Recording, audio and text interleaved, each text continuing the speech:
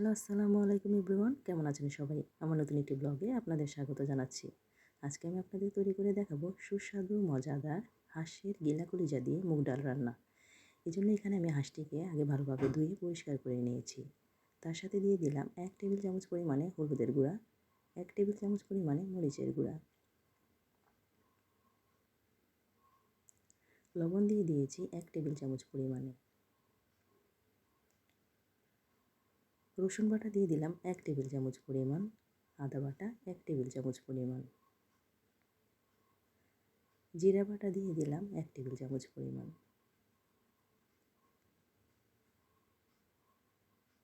পেঁয়াজ কুচি দিয়ে দিলাম হাফ কাপ পরিমাণ, সরিষার তেল দিয়ে দিলাম 1 টেবিল চামচ পরিমাণে, ধনিয়ার গুঁড়া 1 টেবিল চামচ পরিমাণে, দারচিনি দিয়ে দিলাম 2-3টি, লবঙ্গ দিয়ে দিলাম 4-5টি। এখন আমি হাত দিয়ে ভালোভাবে মিশিয়ে ম্যারিনেট করে রাখবো 15 মিনিটের জন্য।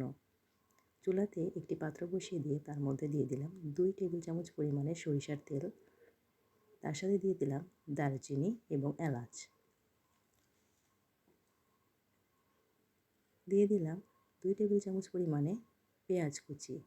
পেঁয়াজটি একটু হালকা লাল করে ভেজে নিয়ে তার মধ্যে ম্যারিনেট করা মাংসগুলো দিয়ে দিচ্ছি। মাংসটাকে এখন আমি ভালোভাবে কষিয়ে নেব। তার সাথে দিয়ে দিচ্ছি এলাচ এবং গোলমরিচ আধা ভাঙা করে। যখন মাংসটা কষে পানি বের হয়ে আসবে তখন তার সাথে আগে থেকে ভেজে ধুয়ে রাখা মুগ ডালগুলো দিয়ে দিচ্ছি। সবগুলো উপকরণকে এখন আমি ভালোভাবে মিশিয়ে নিয়ে ঢাকনা দিয়ে রান্না করব 15 মিনিটের জন্য।